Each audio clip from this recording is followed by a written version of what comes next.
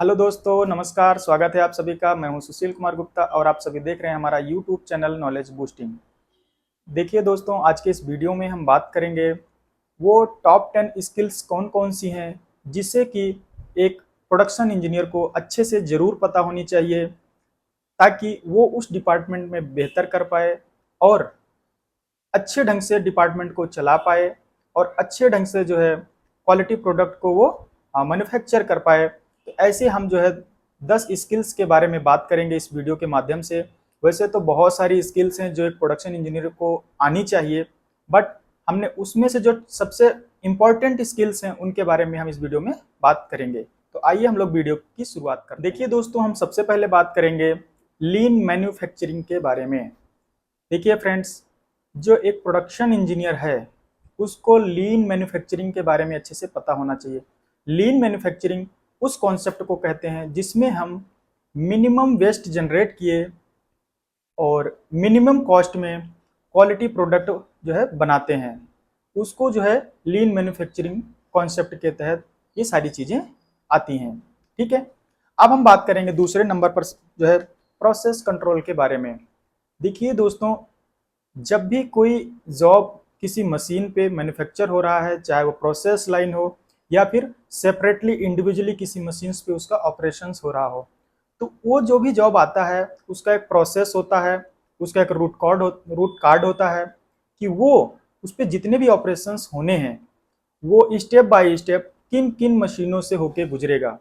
और उस समय प्रोसेस कंट्रोल के टाइम पे एक प्रोडक्शन इंजीनियर को ये पहले ही जो है उसको एनालाइज कर लेना पड़ता है कि कौन सा प्रोसेस पहले किया जाए, कौन सा प्रोसेस बाद में किया जाए। क्योंकि कई बार ऐसा होता है कि अगर वो प्रोसेस का सीक्वेंस डिस्टर्ब हो जाए तो हमारे पहले की हुई जो प्रोसेस हैं, यानी मशीनिंग की जो है जो मशीन किए हुए जॉब हैं, वो जो है हमारे जॉब खराब हो सकते हैं।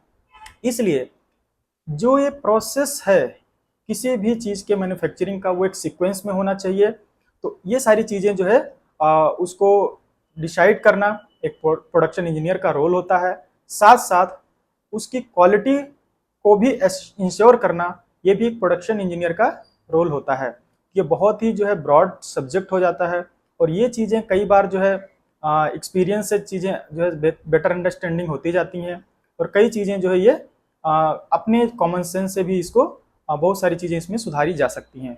ठीक है दोस्तों, अब हम बात करेंगे कैड के बारे में। जी फ्रेंड्स, कैड यानी कंप्यूटर एडेड डिजाइन, इसी का एक पार्ट है, अपग्रेडेड वर्जन हम कह लें सॉलिड वर्क्स। तो एक जो प्रोडक्शन इंजीनियर है उसको कैड के बारे में अच्छी समझ होनी चाहिए, क्योंकि कई बार कुछ ड्राइंग्स अगर हमको बनानी है, कुछ ड्राइंग के जो कुछ नए मॉडल्स बनाने हैं, कुछ ड्राइंगों में मॉडिफिकेशन करना है, ऐसे बहुत सारे काम हैं जो कि हम जो है कैड के माध्यम से करते हैं। तो अगर कोई प्रोडक्शन लाइन से जुड़ा हुआ है तो आई थिंक उसको जो है कैड के बारे में ठीक ठाक जानकारी होना जरूरी है। इससे क्या होता है कि काम भी इजी हो जाता है, डेटा भी एनालाइज किया जा सकता है, बहुत बारी चीज़ों को जो है जॉब को बनाने से पहले ही उसको एक सिमुलेट करके और उसको जो है बेटर तरीके से समझा जा सकता है। तो अब हम बात करेंगे चौथे नंबर पर प्रोसेस इंप्रूवमेंट के बारे में। देखिए दोस्तों, जब कोई भी मशीनिंग ऑपरेशन होता है किसी भी जॉब पे, वर्क पीस पे, तो वो एक दिन में जो है आपको पहली बार में कोई उसमें इम्प्रूवमेंट करना इजी नहीं होता है। लेकिन आप जब कंटिन्यू उस लाइन से जुड़े होते हैं तो आपको धीरे धीरे जो है चीज़ें समझ में आती चली जाती हैं कि हमने जो प्रोसेस किया इसमें ये प्रॉब्लम्स आई, अगली बार हम इस प्रोसेस को पहले करेंगे या इस नए तरीके से करेंगे, इसके लिए हम नया जिक्स बनाएंगे, नया फिक्चर्स बनाएंगे, नए टेम्पलेट बनाएंगे। इससे बहुत सारे इम्प्रूवमेंट होते हैं जो कि आपको एक्सपीरियंस बेसिस पे धीरे धीरे बढ़ती जाएंगी। तो ये सारी चीज़ों को जो है एक तरीके से जो एनालिटिकली थिंकिंग की प्रोसेस है, ये प्रोडक्शन इंजीनियर को जो है अच्छे से जरूर पता होना चाहिए।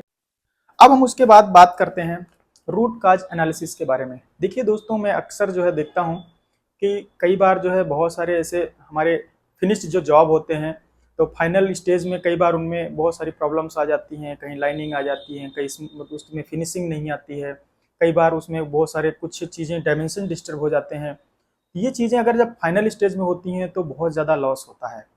तो कई बार क्या है कि अगर आपको एक जॉब में इस तरह से प्रॉब्लम आई, किसी एक प्रोडक्ट में प्रॉब्लम आई, अगर आप जो है आपके अंदर ये सोचने की क्षमता है, आप उस सिस्टम को समझते हैं, उस मशीन के ऑपरेशंस को समझते हैं, तो क्यों ये प्रॉब्लम जनरेट हो रही है, आप उसको समझ पाएंगे, यानी उसके रूट कॉज तक पहुंच पाएंगे कि हमारे जो फिनिश्ड प्रोडक्ट आ रहा है इसमें ये प्रॉब्लम जो जनरेट हो रही है कहाँ से आ रही है।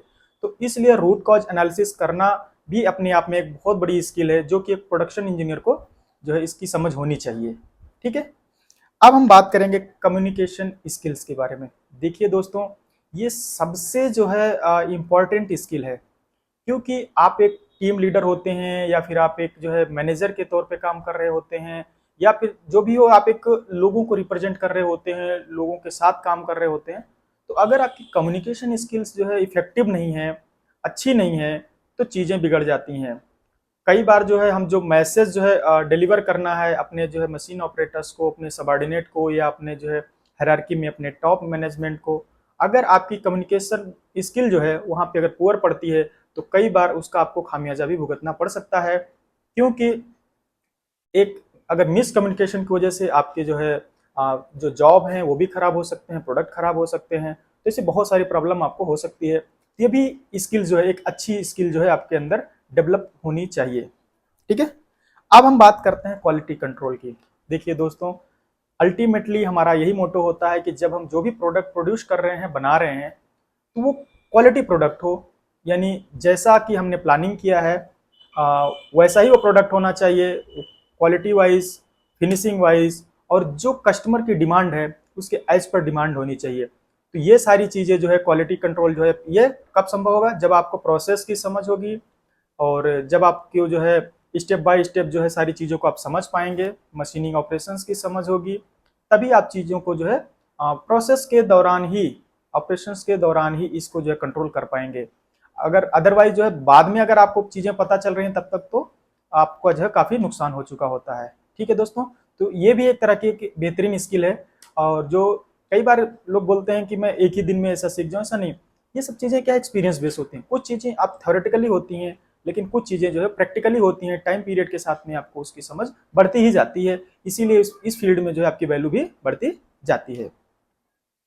अब हम बात करते हैं नेक्स्ट 8वें नंबर पे, इसमें आता है हमारा सेफ्टी एंड कंप्लायंसेस। देखिए दोस्तों, जो सेफ्टी प्रोटोकॉल्स होते हैं, जो सेफ्टी गाइडलाइंस होती हैं, ये सारी चीज़ें जो है आपको अच्छे से समझ होनी चाहिए, क्योंकि इंडस्ट्री सेक्टर में आप जब काम कर रहे हैं तो बीच बीच में आपको पता है कि कब कहाँ क्या दुर्घटना घटित हो जाएगी। ये चीज़ें आपको जो है पहले से नहीं पता होती हैं, तो इसलिए आपको सारे सेफ्टी मेजर्स को फॉलो करना बहुत ही ज़रूरी होता है।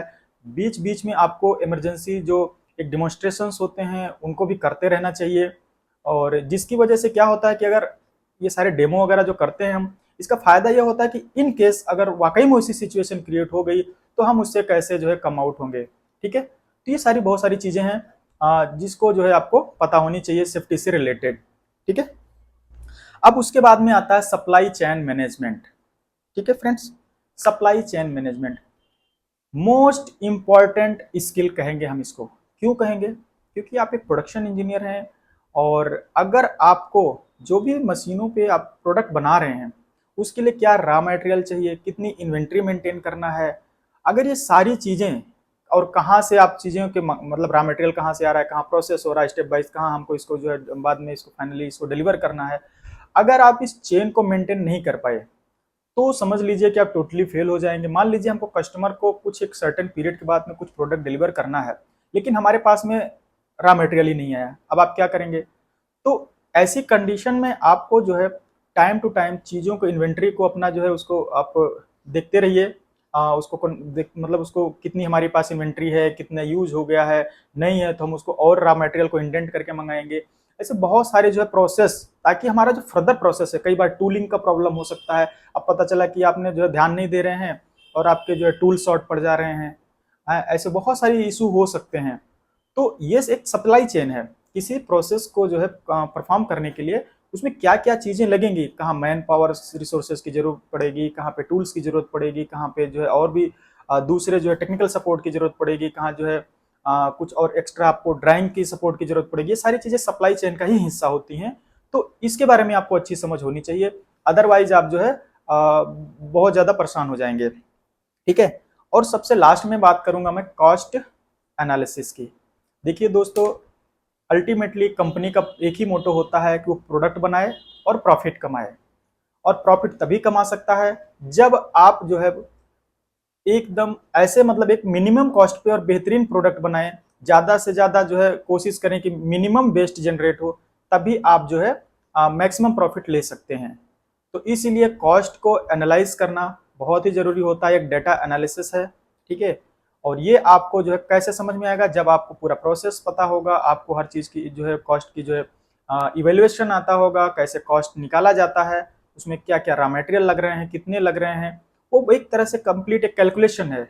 ये धीरे धीरे आपको जो है समझना होगा इसके बारे में। तो ये चीज़ें जो है एक प्रोडक्शन इंजीनियर को अच्छे से आनी चाहिए, तभी जो है वो बेहतर कर सकता है और उसकी एक अच्छी जो है रेपो बन सकती है। ये कुछ जो है इम्पोर्टेंट जो स्किल्स थी उनके बारे में मैंने आपसे बात किया। तो अगर आप हमारे चैनल पर नए हैं तो प्लीज़ चैनल को सब्सक्राइब कर दीजिए, और ये वीडियो कैसा लगा इससे आप कमेंट बॉक्स में अपने विचार जरूर बताइए। तो बहुत बहुत धन्यवाद आप सभी को ये वीडियो देखने के लिए। आप सभी का दिन शुभ हो।